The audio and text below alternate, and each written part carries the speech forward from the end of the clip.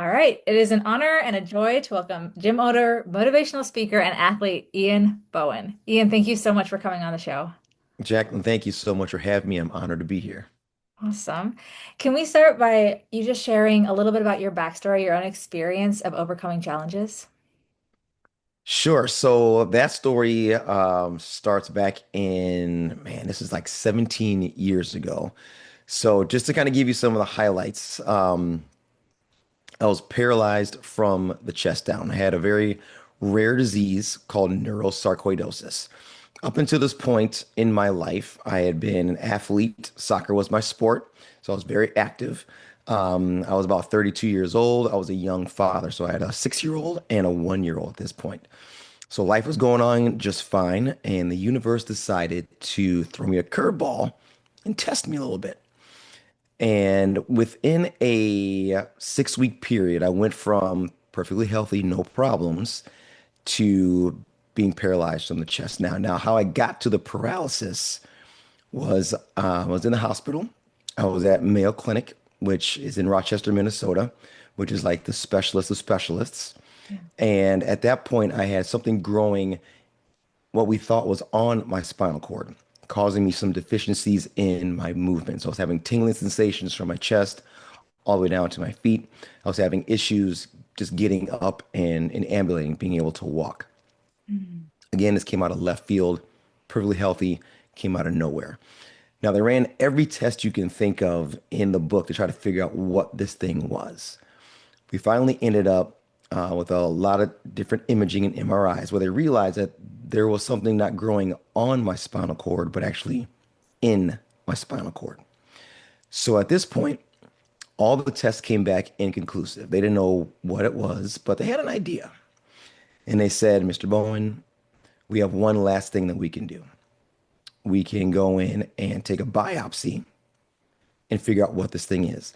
Now, we need to do this because we think it's either a tumor, which it could be cancer, or it's something called neurosarcoidosis.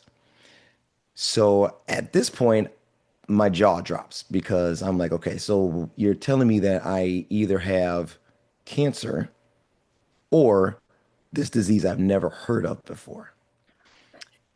And they say yes. Now, here's the tricky part. This is a very risky surgery because we have to go in and take a biopsy of this lesion growing inside of your spinal cord. As you probably know, there isn't any vacant real estate on the spinal cord. Like every millimeter is used to for your bodily function. They did tell me that you could be paralyzed for the rest of your life. Mm. However, we need to find out what this thing is so we can take the correct course of action. Now, being 32 years old, never broken a bone in my body, I was probably, I know I was naively optimistic. I'm thinking, okay, let's do the surgery. You're going to go in, you're going to figure out what it is, you're going to patch me up, and I'm going to be fine. So I sign off on the surgery. Let's do it.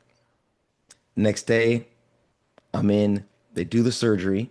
A couple hours later, I wake up in my recovery room, and then there's a nurse tending to me, and she says, Ian, good news. It's not cancer. It is what we thought it was, neurosarcoidosis, which is treatable. It's not curable, but the worst possible outcome had occurred.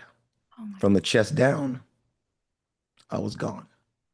No feeling, no sensation, no movement, paralyzed from the chest down. Now, in that moment, you would probably ask, like, what were you thinking? Like, how did you deal with that? Well, in that moment, I wasn't really absorbing the gravity of the situation. I thought in my head, this is just anesthesia, right? Like once it wears off, I'll be fine. Well, day two, nothing's worn off. I'm starting to realize it's not the anesthesia. That same day, my neurologist, my neurosurgeon come in to visit, see how I'm doing. And they start talking about my prognosis. And they say, Ian, we think you'll be able to walk again. with some sort of durable medical equipment, walker, cane, crutches. And I don't know if I just didn't want to accept what they said or if I wasn't listening clearly because my next question was, well, am I ever going to be able to run again? And I'm sure the look on their faces were like, we just told this guy he's not going to walk again without some sort of help. Now he wants to know if he's going to run. So their answer to me was no. And in that moment, a little voice in my mind and in my heart said, watch me.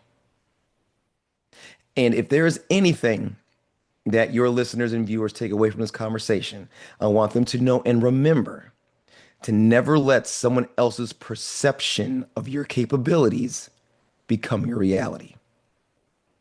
Because if I were to let that happen, there's a very good chance that I would still be in a wheelchair, that I would still need a walker or a cane just to be able to walk.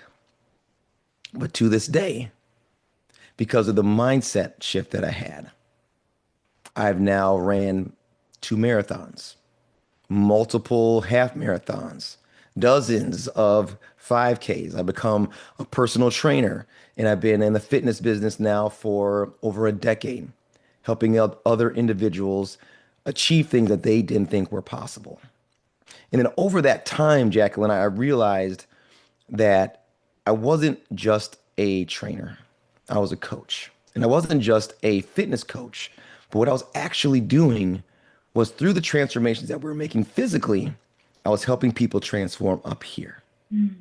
Mm. realizing that I've been a mindset coach all these years, helping people achieve what they didn't think were possible, which now through fitness, they've been able to make some amazing changes, which now affect other areas of their lives because their self-perception has changed. Their Mm. self-belief has changed. Their limiting beliefs have been diminished. Their self-efficacy has now increased because of the mindset shift.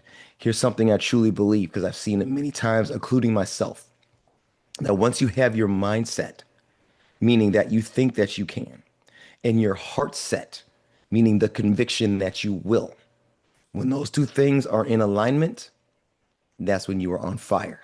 That's when you are unstoppable. That is when impossible becomes possible. That's amazing. How did you develop your mindset? Like how did you build that internally? That's a great question. And I didn't do anything that's out of the ordinary. What I did it was, and I've actually turned this into a 5-step framework called rinse. And the R, the acronym rinse, the R stands for remember. And that's focusing on the things you've done in the past, remembering that you've achieved hard things in the past, that you've been able to overcome adversity before. It may have been in a different season, it may have looked different, it may have felt different, but you've been able to accomplish things before. And remembering that helped me realize that the things I've been able to do in the past are giving me strength and the focus to be able to achieve what I wanted to achieve going forward in the future. The iron rinse is about imagine. I was in the hospital for almost a month. Being paralyzed in a hospital bed, I had a lot of time on my hands, as you can imagine.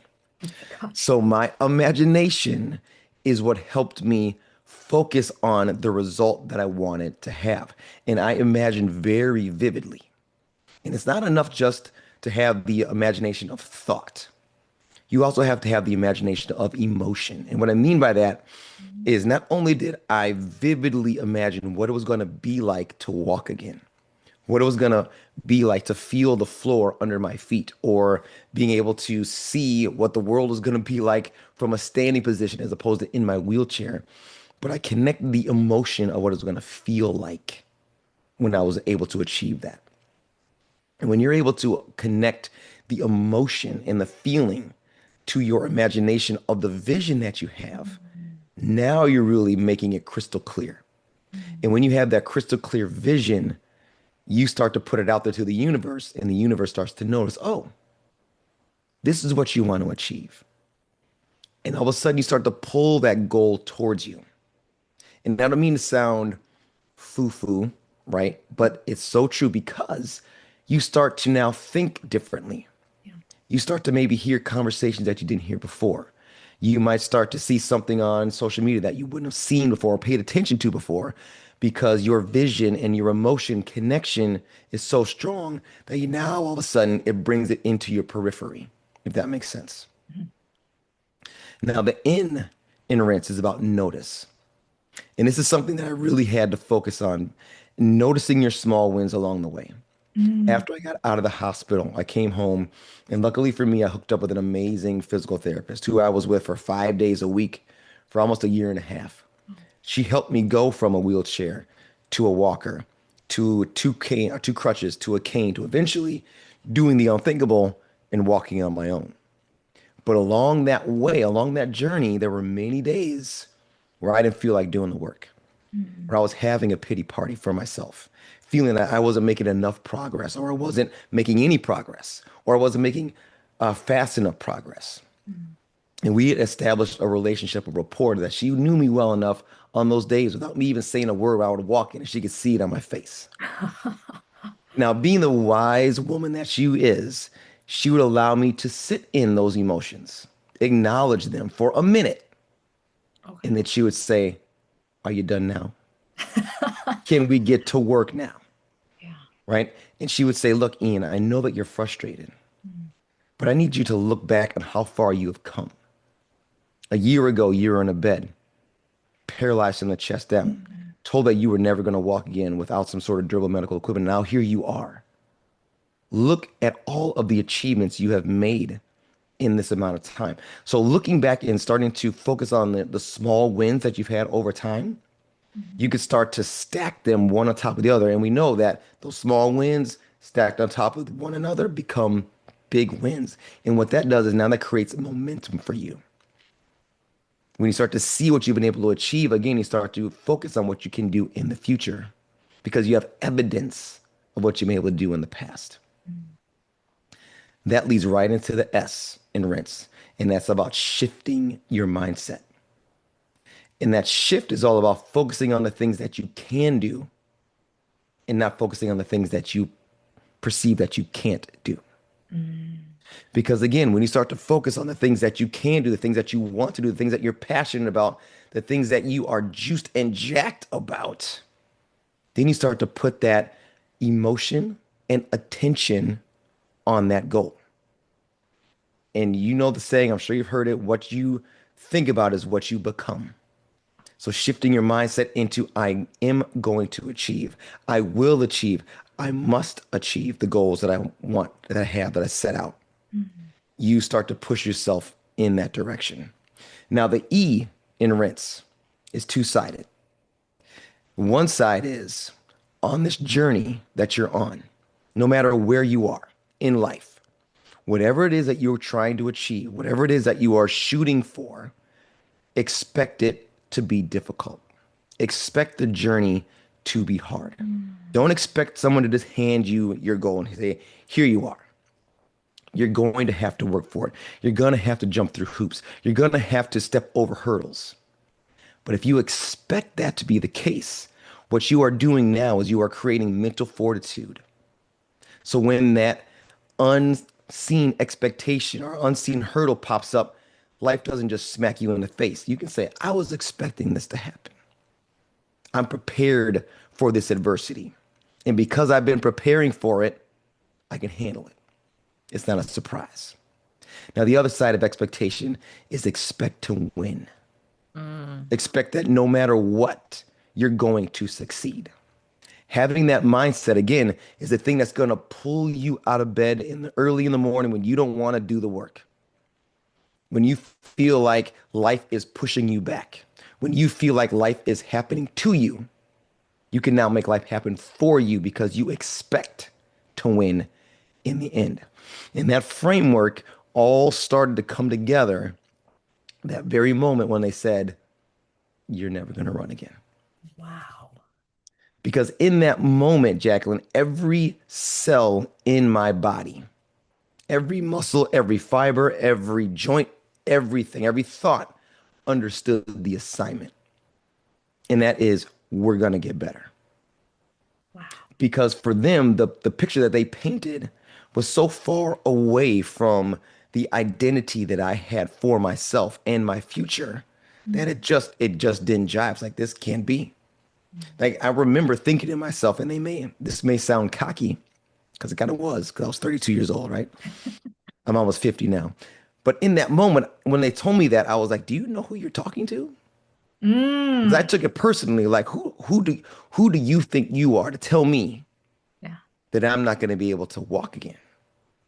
What kind of this is crazy talk.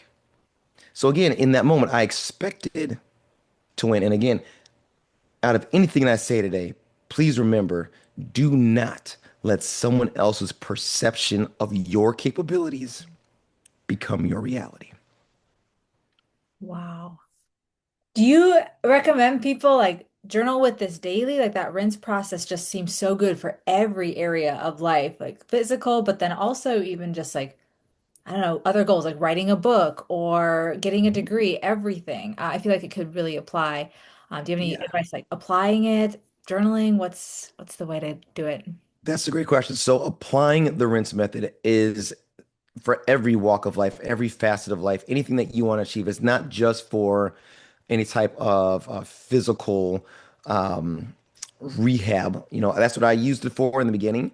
But look, being a business owner, Yeah. I've had to use the rinse method over and over again.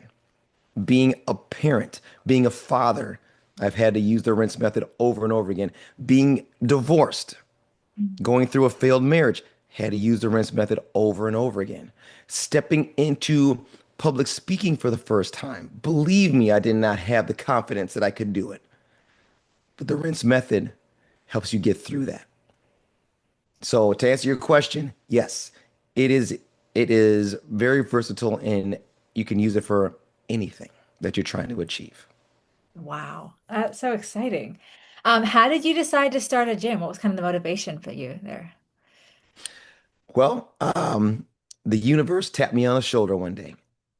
So during my rehab process, luckily I worked for an awesome company that really gave me a lot of time to focus on myself.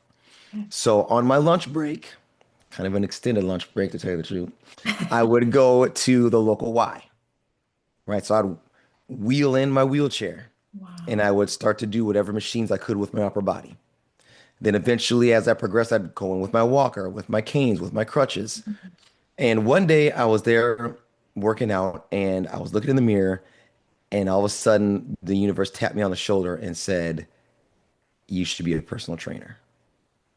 And I Amazing. had never thought that before in my life, but being an athlete all my life and going through this journey, all of a sudden I had that thought.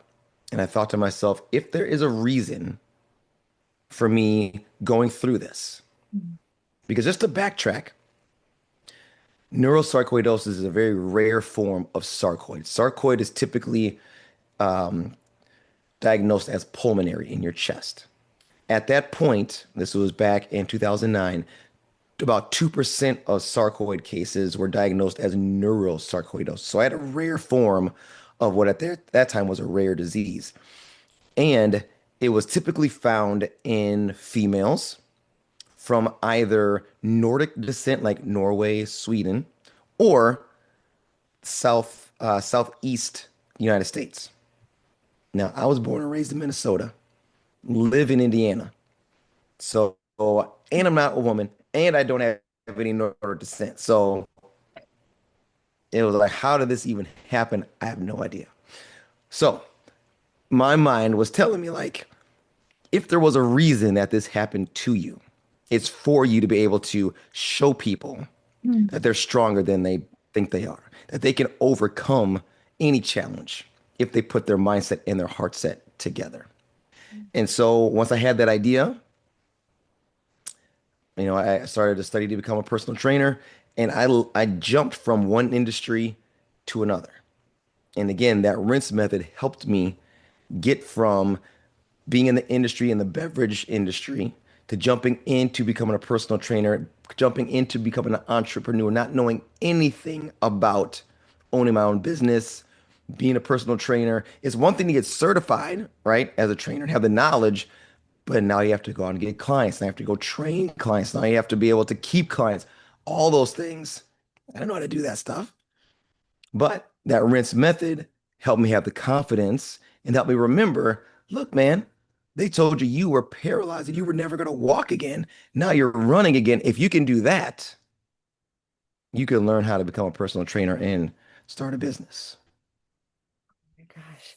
Wow. What was the first race like after, you've been told you're never going to walk? What was that Yeah. first moment like? Well, my first race I did with my walker. Okay. Now, I want to paint the picture for you is that I'm able to move my legs, but Okay. I have ankle braces on both feet because I don't have full sensation in my feet. So I am spraining my ankles all the time, like Oh, really spraining them. So I have ankle braces on to hold them in place, and I'm just shuffling along with my walker. Now, my first race was a 5K, but I only made it a mile, which I'll take that back. I made it a mile because I wasn't supposed to even be able to do that. oh my gosh. But making it that mile, that made me feel like, okay, look at the progress that I'm making. Look at what I can achieve Mm, now. Imagine if I continue to work at this, what I'll be able to achieve in the future. mm. And about a year later, I actually ran my first 5K. That's so crazy.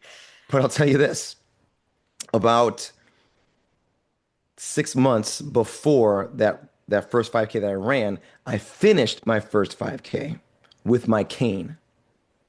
And it took me an hour and 50 minutes to walk 5 miles.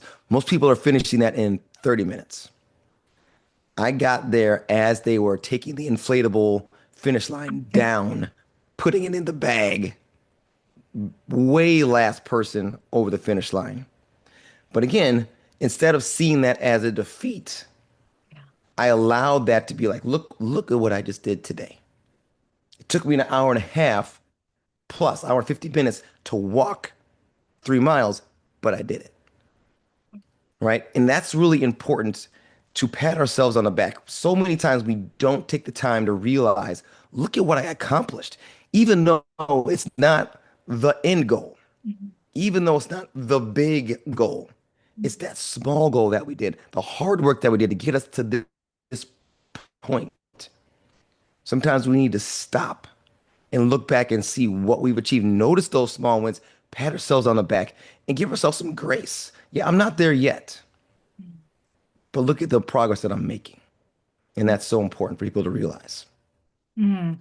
I think that's my favorite part of like the rinse setup is that noticing the small goals because I think that's so easy to forget.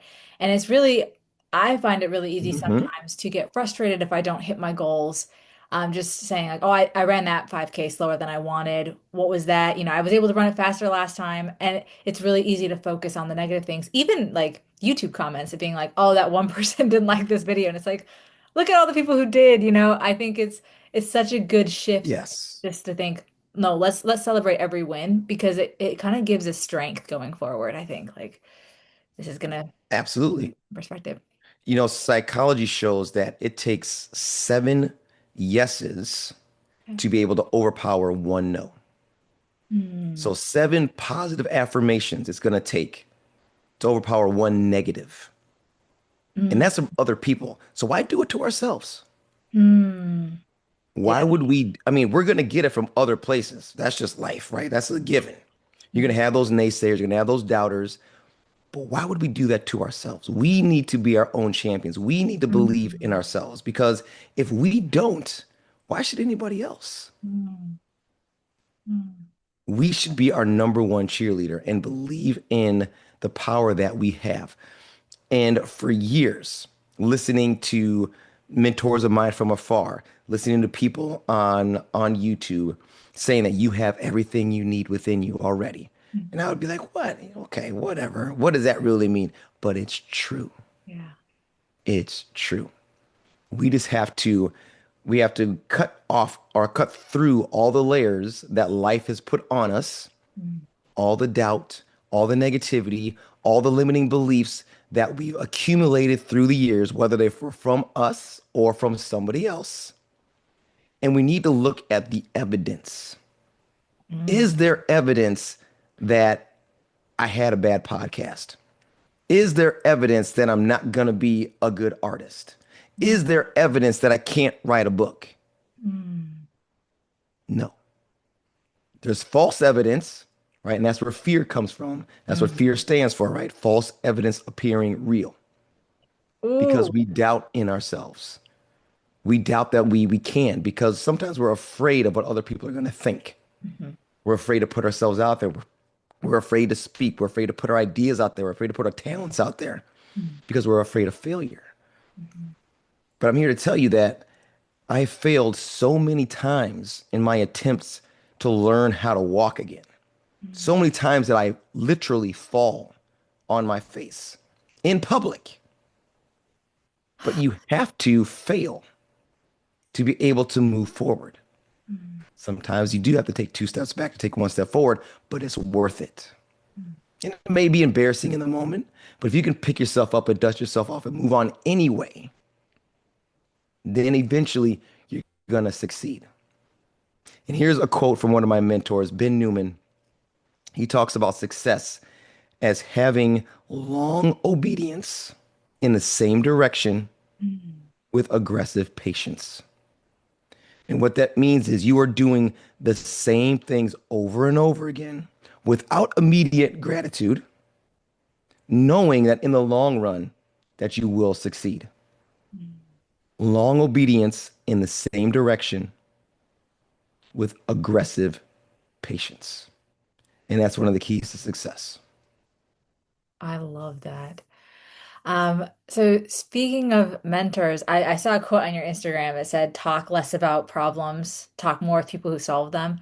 And I feel like that's Mhm. partly what this podcast is, right? It's trying to live life fully. But you want to speak a little bit to why you think coaches or mentors are so important for people who want to level up.